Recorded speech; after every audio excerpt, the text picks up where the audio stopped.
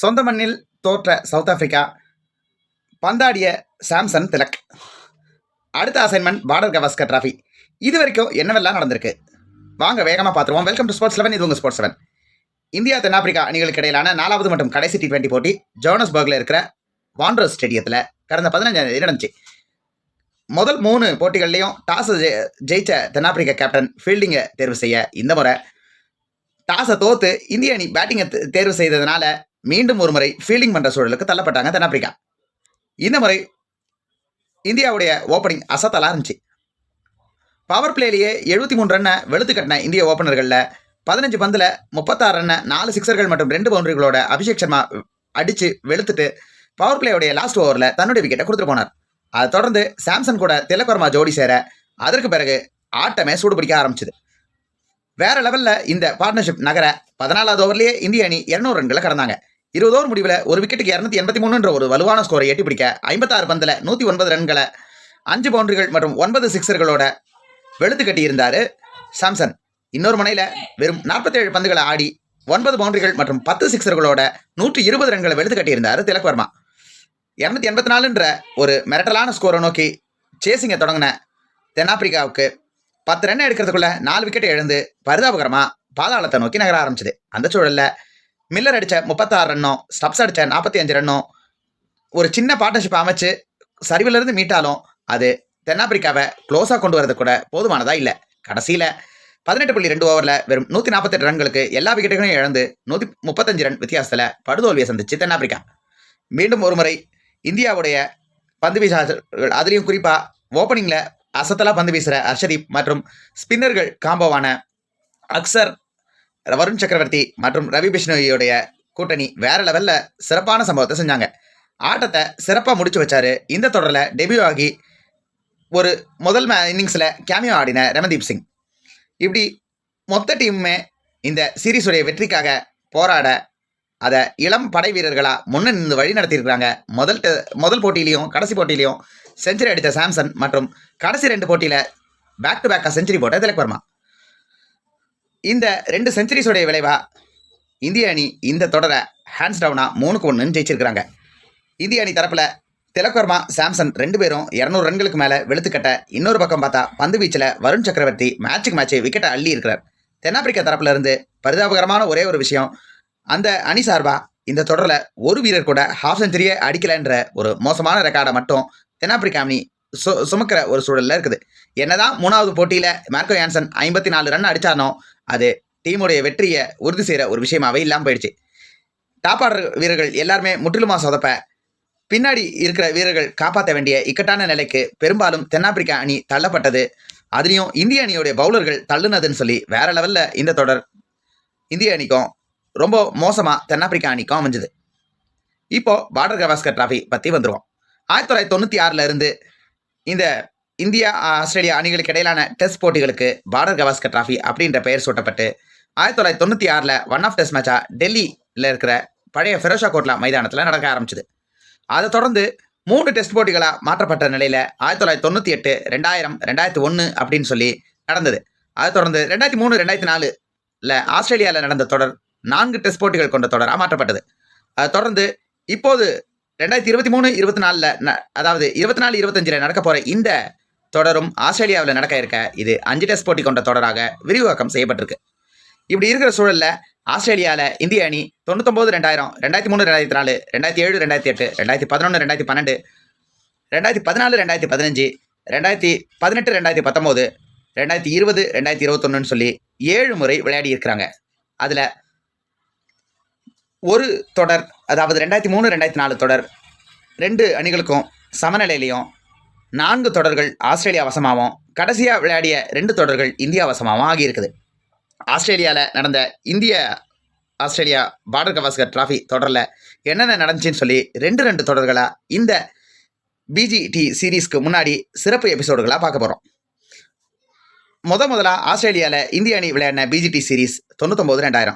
அந்த தொடரில் சச்சின் டெண்டுல்கர் தலைமையிலான இந்திய அணி ஸ்டீவ் வாக் தலைமையிலான ஆஸ்திரேலியா எதிர்கொண்ட ஆஸ்திரேலியாவுடைய பந்து வீச்சுக்கு இந்திய அணியுடைய பெரும்பாலான பேட்ஸ்மேன்கள் கிட்ட இருந்து பெரிய பதில் எதுவுமே இல்லாத சூழலில் இந்திய அணி முதல் டெஸ்ட்டில் பரிதாபகரமாக தோல்வி அடைஞ்சது.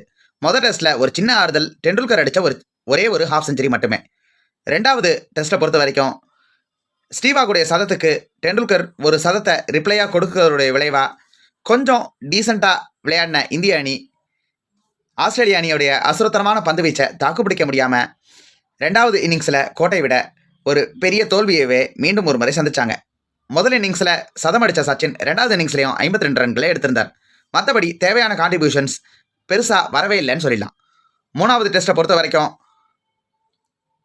லேங்கருடைய மிரட்டலான இரட்டை சதம் மற்றும் பாண்டிங்கோடைய அட்டகாசமான சதம்னு சொல்லி மிரட்டிய ஆஸ்திரேலியாவுக்கு இந்திய அணி தரப்புல இருந்து ரெண்டாவது இன்னிங்ஸில் லக்ஷ்மணோடைய அற்புதமான 167 ரன்கள் வந்துச்சு.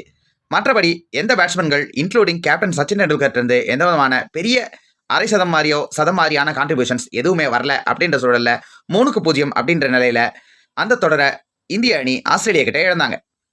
2003-2004 தொடரில் என்ன நடந்துச்சுன்னு வேகமாக பார்த்தோம்னு சொன்னா, முதலாவது டெஸ்ட்ல அட்டகாசமாக விளையாடின ஜஸ்டின் லேங்கருடைய செஞ்சுரியுடைய விளைவா 323 ஒரு டீசெண்டான ஸ்கோரை ஆஸ்திரேலியா முதல் இன்னிங்ஸில் எட்டி பிடிக்க அதை துரத்தின இந்திய அணி 62-3 அப்படின்ற நெருக்கடியான நிலையில் இன்க்ளூடிங் சச்சின் டெண்டுல்கருடைய ஃபர்ஸ்ட் பால் ஹவுலரோட தடுமாற லக்ஷ்மன் மற்றும் கங்குலியோடைய பொறுப்பான ஆட்டத்தோடைய விளைவா சரிவில் இருந்து மீண்டாங்க.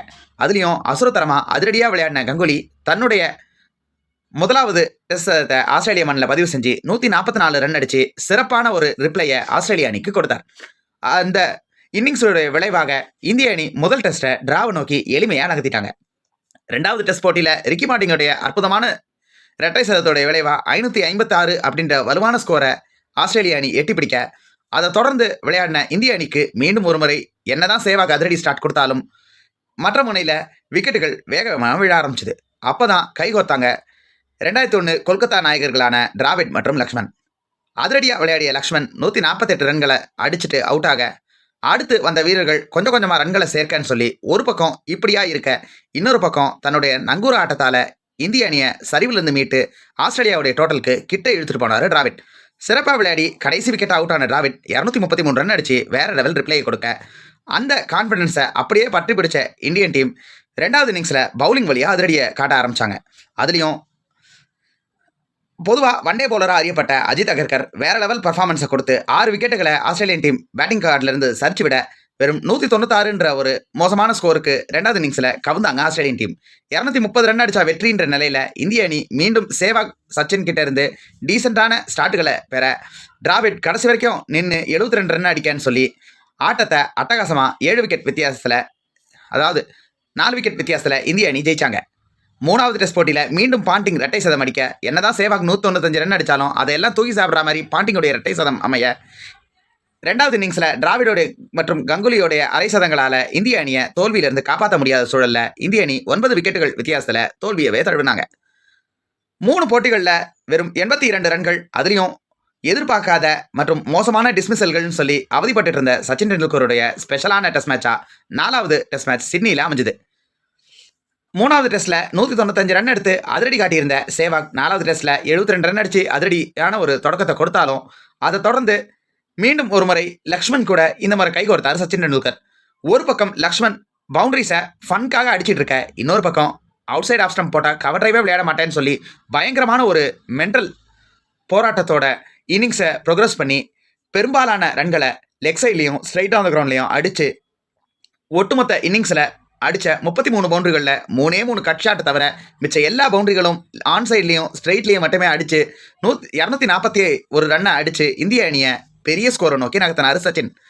ரெண்டாவது இன்னிங்ஸ்லையும் இதே மாதிரியான ஒரு பர்ஃபார்மன்ஸை அவர் அடித்த 60 ரன்களில் கொடுக்க அதுக்கு உறுதுணையாக டிராவிடும் 91 ரன்கள் அடித்து ரிட்டையர்ட் ஆகன்னு சொல்லி வலுவான ஒரு இலக்கை இந்திய அணி ஆஸ்திரேலியா முன்னாடி நிர்ணயிச்சுது. அந்த சூழலில் எப்படியோ போராடி சைமன் கேடிச்சோடைய சதத்துடைய விளைவா அந்த டெஸ்ட்டை ட்ரா பண்ணாங்க ஆஸ்திரேலியன் டீம். அதனால் 1-1 அப்படின்னு சொல்லி தொடர ஒரு வழியாக சமன் செஞ்சாங்க ஆஸ்திரேலியா. இப்படி இந்தியா ஆஸ்திரேலியாவுடைய ஃபைட் 2003-2004 சமபலத்தோடு இருக்கன்னு சொல்லி முதல் 2 தொடரில் ஆஸ்திரேலியா கைவோங்க, 2வது தொடரில் இந்தியா திருப்பி அடிக்கன்னு சொல்லி வேற லெவலான பிஜிடி சீரீஸாக இந்த முதல் 2 சீரீஸும் அமைஞ்சுது. இதுக்கு அடுத்த எபிசோடில் 2007-2011 சீரீஸ்லாம் என்ன நடந்துச்சுன்னு சொல்லி வேகமாக ரீகேப்பாக பார்த்துருவோம். நீங்கள் சொல்லுங்கள், முதல் 2 டவுன் அண்டர் சீரீஸ், அதாவது ஆஸ்திரேலியாவில் நடந்த பிஜிடி சீரீஸில் உங்களுடைய big performance from both teams எது அப்படின்னு சொல்லி நினைக்கிறீங்க? சிட்னியில் சச்சின் அடித்த 241 இப்போ இருக்கிற இந்தியன் டீம் வீரர்களுக்கு ஒரு சிறந்த உதாரணம், அதுவும் டெஸ்ட்டில் எப்படி ஆடணுன்றதுக்கான உதாரணம் அப்படின்னு சொல்லி நான் நினைக்கிறேன். உங்களுடைய பதில் என்ன? பதில்களை கமெண்ட் செக்ஷனில் போஸ்ட் பண்ணுங்கள். வீடியோ பிடிச்சா லைக் பண்ணுங்கள். மறக்காம உங்களோட ஃப்ரெண்ட்ஸ்க்கு வீடியோவை ஷேர் பண்ணுங்கள். நம்ம ஸ்போர்ட்ஸ் 7 சேனலை சப்ஸ்கிரைப் பண்ணிட்டு கூடவே பெல் ஐகானை ப்ரெஸ் பண்ணுங்கள். அப்போ தான் நாங்கள் போடக்கூடிய வீடியோக்கள் எல்லாமே உங்களுக்கு வரும். தொடர்ந்து ஸ்போர்ட்ஸ் 7 குடும்பத்தோடு இணைந்திருங்கள். தோள் கொடுங்கள். நன்றி, வணக்கம்.